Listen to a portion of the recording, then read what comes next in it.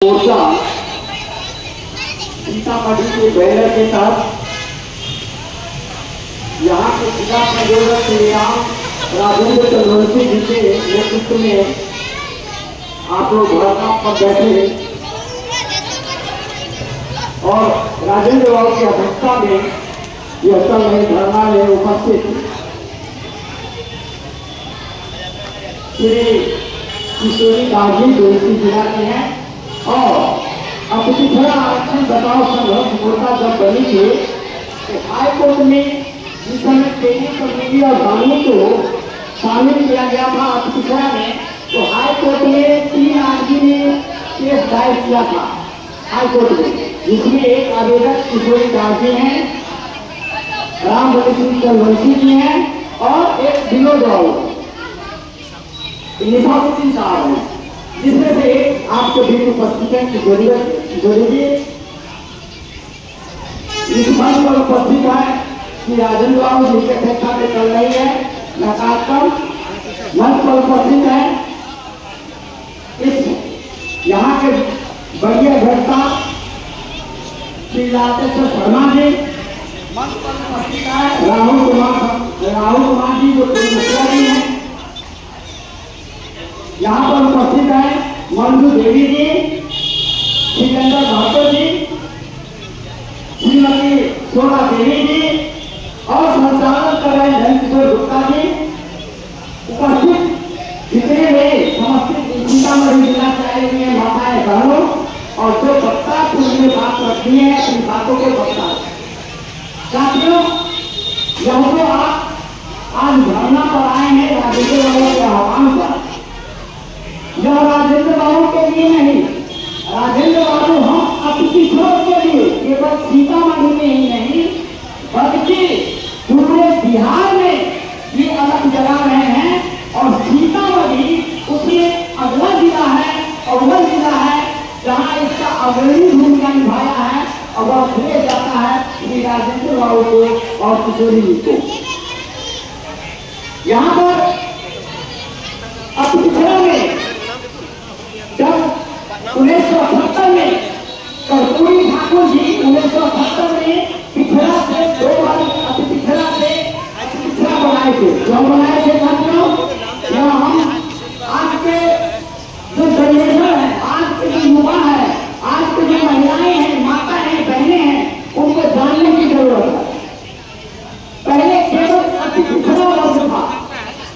और अति पिछड़ा वर्ग की 149 जातियां थी। तो कर्पूरी ठाकुर जी को यहाँ लगा या आवाज हुआ कि ये जो 49 जातियां हैं इसमें जो कमजोर पिछड़ा वर्ग है, जो कमजोर वर्ग है उनका हिस्सा, उनका कौड़ा, जो मजबूत पिछड़ा वर्ग है जिसे लोहिया के शब्दों में कहें तो उसको हम नवसामंतवाद कहते हैं लोहिया जी के शब्दों में। तो ये जो पिछड़ा वर्ग में जो नवसामंत समाज के लोग हैं, सवर्ण समाज के लोग हैं, वो कमजोर वर्गों को का हिस्सा खा जाता था। एक दोना में सभी पिछड़ा का भोजन मिलता था और उस दोना में से आप देखते होंगे कि गांव घर में जो मठा बैल होता है या सींग वाला बैल होता है तो कमजोर बैल का हिस्सा खा जाता है। तो कर्पूरी ठाकुर जी ने इस चीज को परखा और उन्होंने दोनों को भेज दिया। आप किसान हैं, आप लोग भी करते होंगे ऐसा कि जब 2 बैल खाता है या 4 बैल 5 बैल खाता है तो कमजोर बैल के लिए आप भेज देते हैं उस दोना को, उस नादी को, ताकि कमजोर बैल को भी अपना हिस्सा मिले, कमजोर गाय को भी अपना हिस्सा मिले और जब मजबूत भी अपना हिस्सा खाए। इसलिए कर्पूरी ठाकुर जी ने झोरा में चार्जर तो 2 भागों में बांटा और उसके बाद उसमें से 94 जातियां जो कमजोर वर्ग के लोग थे उन वर्गों के लिए एक अलग कैटेगरी बना दिया जो अति पिछड़ा कहलाया 1978 में। अब तब से इस अति पिछड़ा में वो अलग से लाभ मिल रहा है। उस समय उसको कर्पूरी ठाकुर फरमोरा कहा जाता है, जिसमें 12% आरक्षण अति पिछड़ा को मिला था, 8% फीसदी आरक्षण पिछड़ा वर्ग के लिए निर्धारित हुआ, 3% फीसदी महिलाओं के लिए निर्धारित हुआ और 3% फीसदी स्वर्ण जातियों में जो गरीब वर्ग के लोग थे उनके लिए यह आरक्षण निर्धारित किए कर्पूरी ठाकुर जी, जिसको कर्पूरी फॉर्मूला कहते हैं। और जो कुल मिलाकर के 26% का फीसदी का आरक्षण उस समय निर्धारित हुआ था साथियों। अब उन दिनों हम उच्च वर्गों के क्वेश्चन में यह संदेश देना चाहते हैं कि जब कर्पूरी ठाकुर तब 30% उच्च वर्गों के लिए आरक्षण का लाभ दिया था, उस दिनों हमारे कर्पूरी ठाकुर जी को वही जो सामंती वर्ग थे वो उनको गरियाते थे, उनको गाली दिए थे और तरह तरह की गालियां आपने सहनी पड़ी थी कर्पूरी ठाकुर जी को इस आरक्षण के लिए। जिस आरक्षण का लाभ आज आपको पंचायती राज में मिल रहा है, जिस आरक्षण के लाभ से हमारे लोग, हमारे पिछड़ा के जो आज 111 जातियां हैं, मूल पिछड़ा हैं जो कहलाते हैं, सभी मुखिया बन रहे हैं आरक्षण के लाभ से, पंचायत समिति सदस्य बन रहे हैं, वार्ड पार्षद बन रहे हैं, जिला पार्षद बन रहे हैं, प्रमुख बन रहे हैं, जिला परिषद अध्यक्ष बन रहे हैं, इसी अति पिछड़ा के लाभ के कारण। लेकिन अब प्रश्न उठता है कि आपको आंदोलन करने की जरूरत क्यों पड़ी? राजेंद्र बाबू, प्रोफेसर रामबली सिंह चंद्रवंशी जी को पूरे बिहार में इस तरह के आंदोलन करने की नौबत क्यों आई? तो नौबत इसलिए आई कि 2015 में जब आरजेडी, तेजस्वी और नीतीश कुमार जदयू की गठबंधन की सरकार थी, तब 2015 में इसमें संपन्न जातियां को अति पिछड़ा में शामिल कर दिया गया। जो संपन्न जातियां हैं तेली, कमोली और कांगू। आप जानते होंगे कि कितनी व्यवसायिक वर्ग है और ये व्यवसायिक वर्ग को जब से इसमें शामिल कर दिया गया तो ये समझने की जरूरत है हम लोग को, हम शिक्षित वर्ग को, आज के युवा को खास करके हमारे माताएं बहनों को यह समझने की जरूरत है कि आपके बच्चों को कितना हकमारी कब से शुरू हो गया। माताएं बहनें इधर ध्यान नहीं दे रही है। आप अपने बच्चों के बारे में, आप अपने के भविष्य के, आपके बच्चे के, आपके भविष्य का हकमारी कितना हो रहा है यह नहीं समझेंगे तो फिर आपको इसी तरह हकमारी होती रहेगी और अन्य पार्टियां जो आपकी हकमारी कर रही है, आपका वोट ले रहा है और आपके लिए कुछ सोचता नहीं है, वह इसी तरह आपका वोट लेता रहेगा। तो साथियों, 2015 के बाद जो पंचायती राज की चुनाव हुई है, त्रिस्तरीय पंचायती राज संस्थानों की चुनाव हुई है, उसमें आप जो मूल अति पिछड़ा, हम लोग जो मूल अति पिछड़ा जाति के समाज हैं, 111 जातियां मूल अति पिछड़ा में आती हैं, उन मूल अति पिछड़ा जातियां का हकमारी शुरू हो गया। एकमात्र तेली समाज और बांगी समाज और कमोली समाज तीनों मिलकर के 60 से 70% सीट पर हकमारी शुरू कर दिया। वो विजय हो रहा है, वो जीत रहा है, आपका हक वो छीनना शुरू कर दिया। वही सामंती बात आने लगा और आप जानिए कि जिला परिषद के पूरे बिहार में 8-9 सुरक्षित सीट है जिला परिषद का अध्यक्ष का। और अति पिछड़ा के लिए जिस तरह पंचायतों में मुखिया का सीट रिजर्व है, जिला परिषद का सीट रिजर्व है, पंचायत समिति सदस्य का सीट रिजर्व है, अति पिछड़ा के लिए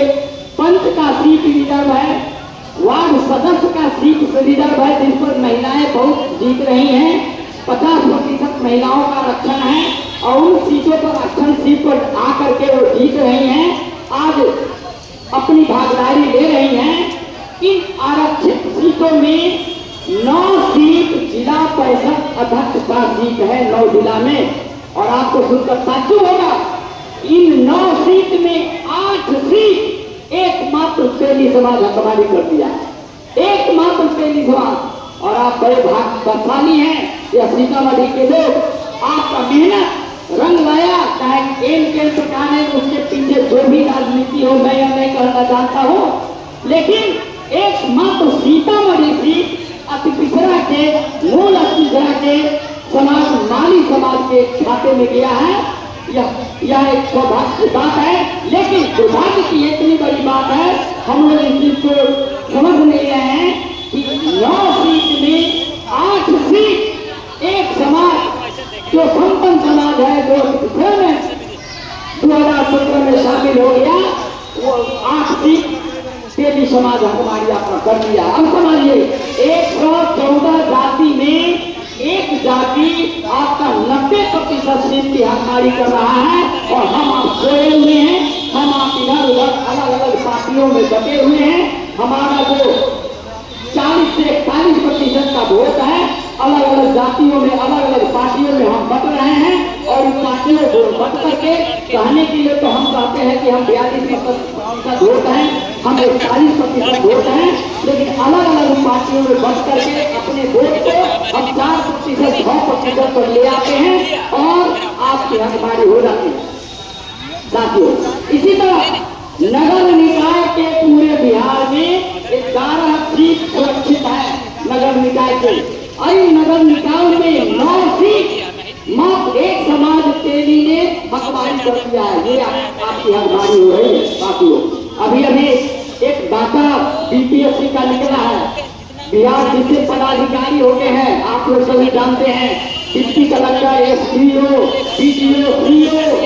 एमओ, उसी परीक्षा से उसी बीपीएससी से पढ़ करके बनता है। उस सीट का रिजल्ट आया है, प्रोफेसर रामबली सिंह जी के द्वारा मुझे रिजल्ट दिया गया, और उन्होंने फिर कहा कि श्रीपूजन बाबू आप इसमें से जरा निकालिए कि ये पिछड़ा की हकदारी कितना हो रहा है। तो जब हमने पूरे बिहार का डाटा खंगाला और लिया, तो आपको ताज्जुब होगा सुन करके कि इस पिछड़े की जो हकदारी हो रही है 40 से 50% तक मात्र एक समाज जो है, जिसको कि 2015 में नीतीश सरकार ने पिछड़ा में शामिल कर दिया, वो समाज हकदारी कर रहा है, तो ये समाज हकदारी कर रहा है। साथियों, यह बात समझने की जरूरत है। क्या हम अपनी हकदारी तब तक उठाते रहेंगे? हम आज नहीं जगेंगे तो फिर हमारा भविष्य सुरक्षित नहीं रहेगा। कर्पूरी ठाकुर जी गुदरी के लाल थे, हम वहीं से आए हैं, हमारा घर उनके बगल में है, उनका जीवनी मैंने देखा, उनका घर मैंने देखा है। वो झोपड़ी के लाल थे, झोपड़ी में पैदा लिए, 8 बार विधायक हुए, एमपी रहे, 2 बार मुख्यमंत्री रहे, विधानसभा के विरोधी दल के नेता रहे, और बावजूद आपके लिए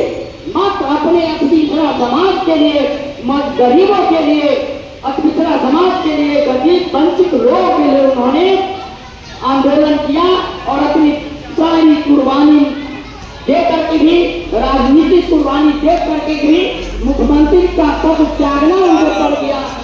और उन्होंने पिछड़ा हमको लाभ दिया, आरक्षण का वहां से शुरुआत किया। साथियों, उन दिनों कर्पूरी ठाकुर जी को बहुत लोगों ने मना किया कि कर्पूरी बाबू आप यदि इस तरह का आरक्षण लागू कीजिएगा तो आपकी सरकार चल जाएगी, लेकिन साथियों उन्होंने कहा कि नहीं, अभी नहीं तो कभी नहीं, और उन्होंने अति पिछड़ा आरक्षण को लागू कर दिया, जिसके चलते उनको कुर्सी गंवानी पड़ी, मुख्यमंत्री का कुर्सी गंवाना पड़ गया। और आज के नेता को देखिए, आज हमारे पिछड़ा के जितने भी एमपी एमएलए हैं पूरे बिहार में, चाहे जदयू पार्टी के हो, कांग्रेस के हो, भाजपा के हो, राजद के हो, चाहे जिन पार्टियां का वीआईपी से लेकर के जो भी पार्टियां, जितनी भी पार्टियां हैं, सभी पार्टी में अब पिछड़ा के लोग हैं, सभी पार्टी में अब भाजपा के नेता लोग हैं, मंत्री बने हुए हैं। तब भी जिस समय अति पिछड़ा आरक्षण में लोग आ रहे थे, हो रही थी, सरकार को बना रही थी, तो उस समय भी हमारे समाज के लोग, हमारे पिछड़ा के लोग मंत्री थे, लेकिन एक शब्द नहीं इसका विरोध किया, और आपकी हकदारी हो गई। आप जिसको वोट देते हैं, जिसको वोट दे करके विधायिका में पहुंचाते हैं, आपके वोट से मंत्री बना हुआ है, आपके वोट से सारे सुख सुविधा भोग कर रहा है, उसके बाल बच्चे आगे बढ़ रहा है अपने में चौथा समझौता के लिए संपत्ति लगा हुआ है और आपका हकमारी हो रहा था और वो खोया हुआ था। इसलिए आपको अपनी वोट की ताकत को समझना होगा कि आप में जो ताकत है, आपकी वोट जो 40% से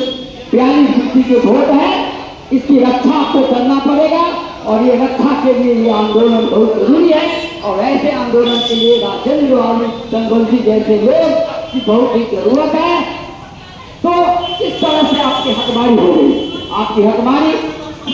वही नहीं हो रही है, इसके अलावा भी जिन जिन सीटों पर आप खड़ा होते थे वहां ये जो तेली जो तमोली जानी है, ये तीनों जातियां जो है कब्जा जमा रहा है। साथियों, आपका उनसे हमारा उनसे विरोध नहीं है। हम सरकार से यह मांग करते आ रहे 2015 से कि आप उनको आरक्षण दीजिए। इस बात को हम तमाम जगहों पर, तमाम मंचों पर रखते हैं कि आप तेली तमोली को आरक्षण करना दीजिए। हम उसका विरोध नहीं है, हम उस समाज का विरोध नहीं कर रहे हैं, लेकिन आप उसके जनसंख्या के अनुपात में उनको भी इस वर्ग से, अति पिछड़ा वर्ग से निकाल करके उनके लिए भी अलग ग्रुप बना दीजिए और उनको उनके जनसंख्या के अनुपात पर जो भी हो, हम तो कहते हैं उससे कुछ ज्यादा के दीजिए, हमको कोई हल्ला नहीं है, लेकिन इस पिछड़ा ग्रुप से निकाल करके अलग ग्रुप उनको बना दीजिए और उनको आरक्षण कर दीजिए। साथियों, हमारा अभी भारत सरकार ने रोहिणी कमीशन एक रिपोर्ट जमा कर दिया है। 1 साल हो गए